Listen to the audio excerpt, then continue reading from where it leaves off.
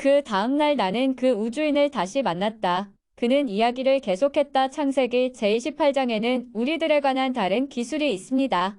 그는 꿈의 땅에서 하늘에 닿는 층계가 있고 그 층계를 엘로힘의 천사들이 오르락 내리락 하는 것을 보고 있었는데 뛰어난 지성인들은 멸망당하고 소돔과 고모라와 같은 진보의 중심지는 파괴되었기 때문에 인간은 태고적 원시 상태로 되돌아갔습니다. 그들은 자기들을 창조한 존재들을 잊어버리고 바보스럽게 돌조각이나 우상을 숭배하기 시작했습니다. 너희에게 있는 남의 나라 신들을 버려라. 출애굽기에서 우리들은 모세 앞에 등장합니다. 야훼의 천사가 떨기 가운데서 이는 불꽃으로 모세에게 나타났다. 떨기에서 불꽃이 이는 대도 떨기가 타지 않는 것을 본 모세가 모세 앞에 로켓이 착륙한 것입니다. 여기에 대한 묘사는 현재로 말하면 우리들이 브라질 원주민의 눈앞에 로켓을 착륙시켰을 때 로켓으로부터 눈부신 빛이 나무들을 비추는 대도 나무가 타지 않는 것을 본 원주민의 반응에 비유할 수 있을 것입니다. 지성이 가장 우수한 자로 선택된 이스라엘 민족은 그 최고의 빛나는 정신을 잃어버린 채 이웃 야만인들의 노예가 되어 있었습니다. 이들 야만인들은 대재난을 겪지 않았기 때문에 그 수가 매우 많았습니다. 그러므로 우리들은 그들에게 나라를 돌려주고 그 본래의 존엄성을 되찾아 줄 필요성을 느꼈습니다. 출애굽기 서도에는 이스라엘 민족을 자유롭게 하기 위해서 우리들이 행해야 했던 모든 일들이 기록되어 있습니다. 탈출을 시작하자 우리들은 그들을 위해 우리들이 예정한 목적지까지 줄곧 그들을 이끌어갔습니다. 야훼께서는 그들이 주야로 행군할 수 있도록 낮에는 구름 기둥으로 앞서가시며 길을 인도하시고 밤에는 불기둥으로 앞길을 비추어 주셨다. 에집트 군사들의 추격을 늦추기 위해 다음과 같이 기록되어 있습니다. 그들 앞에 서 있던 구름 기둥도 뒤로 돌아가 그러자 구름 때문에 캄캄해져서 서로 가까이 가지도 못하고 밤을 새웠다. 이스라엘 민족의 후방의 내뿜은 연기로 추격자들을 저지하는 연막을 친 것입니다. 그런 다음 청력광선으로 물을 갈라 건널 수 있는 길을 만들어 줌으로써 홍해를 건너가는 것이 가능해졌습니다.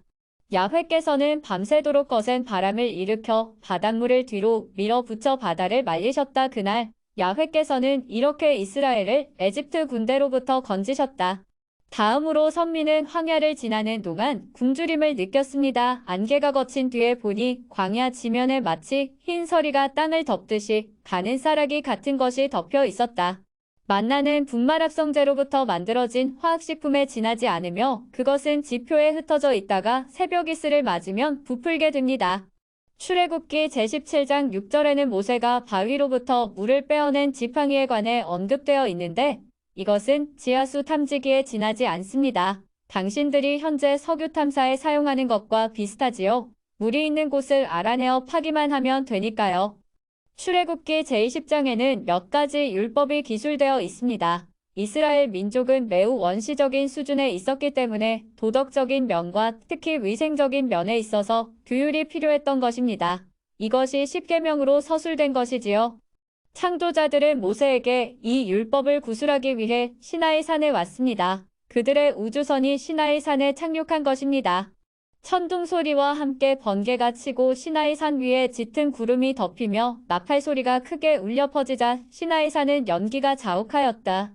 야훼께서 불 속에서 내려오셨던 것이다. 가마에서 뿜어 나오듯 연기가 치솟으며 산이 송두리째 뒤흔들렸다. 나팔 소리가 점점 크게 울려 퍼지는 가운데 그러나 창조자들은 수많은 인간들이 몰려들어 구경거리가 되는 것을 원하지 않았습니다. 창조자들이 위험을 느끼지 않으려면 인간들이 그들을 존중하고 숭배하게끔 해야 할 필요가 있었습니다. 이 백성은 시나이 산으로 올라오지 못합니다. 이 산 둘레에 표시를 해서 아무도 침범하지 못하게 하라고 사제들이나 백성은 야훼를 보러 마구 올라와서는 안 된다.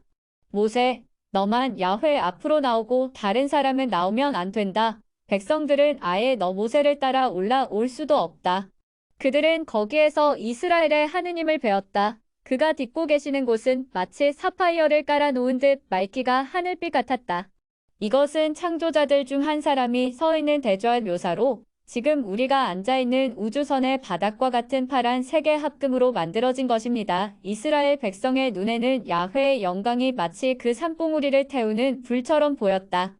여기서 창조자의 영광이라는 말은 실제로 날아가는 우주선으로서 당신이 이미 목격했듯이 우주선이 이륙할 때 생기는 불꽃 같은 색채를 가리킵니다. 이 팀의 창조자들은 당분간 지구에서 살기로 했기 때문에 신선한 음식물을 필요로 했습니다. 그 때문에 그들은 이스라엘 백성에게 곡물을 정기적으로 가져오도록 요구한 것입니다. 또 그들이 바친 제보는 자신들의 행성으로 가져가기를 원했지요. 일종의 식민지화라고도 할 수 있습니다. 누구든지 마음에 우러나서 가져오는 선물이면 받아놓아라. 너희가 받아둘 선물은 이런 것들이다. 금, 은, 구리, 자줏빛 양털, 붉은 보랏빛 양털, 진홍색 양털 등. 그들은 보다 편하게 지내기 위해 자신들이 설계한 대로 사람들에게 집을 짓게 했습니다. 설계도는 출애굽기 제26장에 묘사되어 있습니다. 이 집에서 그들은 백성의 대표자들과 만났습니다. 그곳은 사람들 이 복종의 표시로 음식과 곡물을 갖다 바치는 만남의 장막이었습니다. 모세가 장막으로 행차할 때마다 모든 백성은 자기 천막 앞에 서서 모세가 장막으로 들어갈 때까지 지켜보곤 하였다. 모세가 장막에 들어서면 구름 기둥이 내려와 장막 문간에 섰고 야훼께서 모세와 말씀을 나누셨다. 야훼께서는 마치 친구끼리 말을 주고받듯이 얼굴을 마주 대하시고 모세와 말씀을 나누셨다. 오늘 내가 당신과 얼굴을 마주보며 얘기하듯 말입니다. 그러나 나의 얼굴만은 보지 못한다. 나를 보고 사는 사람이 없다. 여기에는 우리들의 행성과 지구 간의 대기가 다르다는 암시가 있습니다. 지구의 대기가 창조자들에게는 적합하지 않기 때문에 인간은 우주복을 입지 않은 창조자들을 볼 수가 없었지요. 만약 인간이 우리들의 행성에 온다면 우주복을 입지 않은 창조자들을 볼 수는 있겠지만 견딜 수 없는 대기 때문에 인간은 죽고 말 것입니다. 레위기의 처음 대부분은 창조자들에게 바칠 음식물을 어떻게 가져올 것인가에 대한 설명입니다. 예를 들어 제21장을 보면 너희 후손 대대로 몸이 성하지 않은 사람은 하느님께 양식을 바치러 가까이 나오지 못한다. 이것은 분명히 창조자들이 병자나 불고의 인간을 피한다는 말입니다. 창조자들은 참을 수 없는 실패작으로 보인 이들이 차라리 자기들 눈앞에 나타나지 않는 편이 좋다고 생각했던 것입니다. 민수기 제11장에는 만나에 관해 매우 정확하게 묘사하고 있어서 당신들의 화학자들도 쉽게 재현해낼 수 있을 것입니다. 전 만나는 고수풀씨처럼 생겼고 빛깔은 브델리움 같았다. 그 맛은 기름에 튀겨낸 과자 맛이었다. 그러나 이 만나는 합성식품에 지나지 않았기 때문에 창조자들은 신선한 과일이나 야채를 더 좋아했습니다. 점 너희 농토에서 난 핵곡식 가운데 가장 좋은 것을 너희 엘로힘 야훼의 집으로 바쳐야 한다.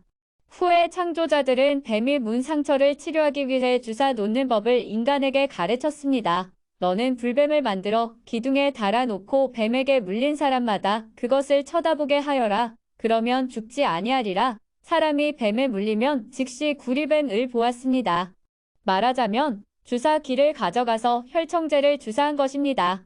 마침내 약속된 땅을 향하던 선민의 여로도 막바지에 이르렀습니다. 그들은 창조자들의 조언에 따라 현지의 야만 부족의 우상을 파괴하고 그 영토를 점령했습니다. 돌로 새긴 우상과 부어 만든 우상을 깨뜨려 버려라. 너희는 그 땅을 차지하고 거기에서 살아라. 선민은 마침내 약속된 땅에 도달했습니다. 하느님께서는 너희 선조들을 사랑하셨기 때문에 그 후손인 너희 종족을 택하셨고 요단강의 도하에 대해서는 여호수아기 제3장에 나타나 있습니다. 궤를 맨 사제들의 발이 물에 닿자마자 위에서 흘러내려오던 물이 우뚝 일어서서 넓은 지역에 둑을 이루는 것이었다. 물이 다 끊어져 백성들은 예리고 맞은편으로 건너갔다. 에집트로부터 탈출할 때와 같이 창조자들은 청력광선을 사용하여 선민이 다리가 젖지 않고 강을 건너게 한 것입니다.